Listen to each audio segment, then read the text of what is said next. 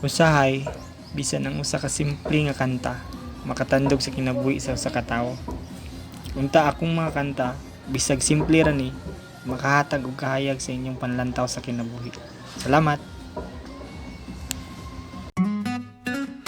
Sa matagbuon kagako nagmata, nagtamping sa akong panginabuhi. Bisan lisod padayon lang gihapon, kaysa kasing-kasing may dakong rason. Pili lang para sa kaugalingon, apil lang mo ba na kong tabangan. Kay mas malipay ko sa pagserbisyo, bahala ka po'y di ko mo atras. Basta kay gusto ko mo tabang, bahala ka may usweldo mo trabaho ko mauna. Akong gusto nga kinabuhi, makatabang makahatag o kalipay. Di kinahanglan ang dakong bahani, ang pagbanig kamot mas bililhon. Basta malipay ang mga katawhan, mura pulawan sa akong dughan.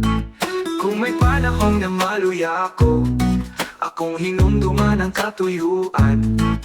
Ang pag-alagad walay kapuli, kay kini ang tinuod nga bahandi. Basta kay gusto ko matabang, bahala gamay o sweldo mo trabaho ko mauna. Akong gusto nga kinabuhi, makatabang makahatag o kalipay. Basta kay gusto ko matabang, bahala gamay o sweldo mo trabaho ko mauna. Akong gusto nga kinabuhi, makatabang makahatag o kalipay.